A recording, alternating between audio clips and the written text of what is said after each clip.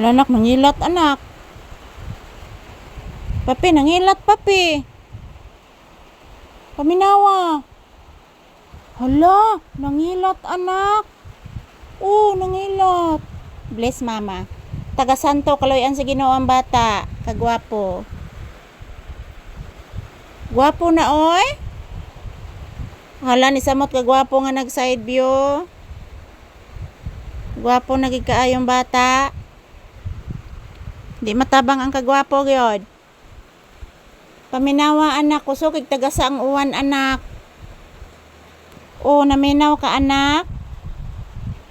Kusog kay taga sa uwan anak. Say good afternoon to your viewers. Hello guys. Kumusta na po kayong lahat dyan guys? Gisilawan ko sa kanang light sa camera guys oy. Naminaw ko sa taga sa uwan guys. Kusog kayong uwan guys Hala anak, ni kusog lagi maing uwan anak. Paminawag maayo anak.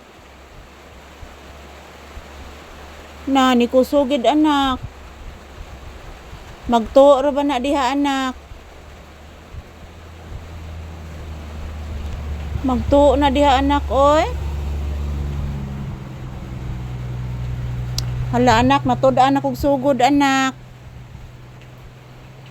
Natud-an nagsugod si Mama Lisa anak. Bliss again, taga Santo Kaloyas Ginoo ang bata. Say good afternoon. Hello guys, magandang tanghali guys. Nag-uwan na pod guys Gitud-an nas Mama Lisa guys, kay buslot ang atop guys. Ingon ni Papi. Nagsige na malanig uwan anak. Bagyong bising kuno ni anak. Papi.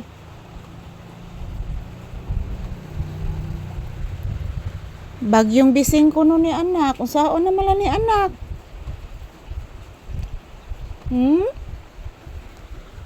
Unsaon na ni?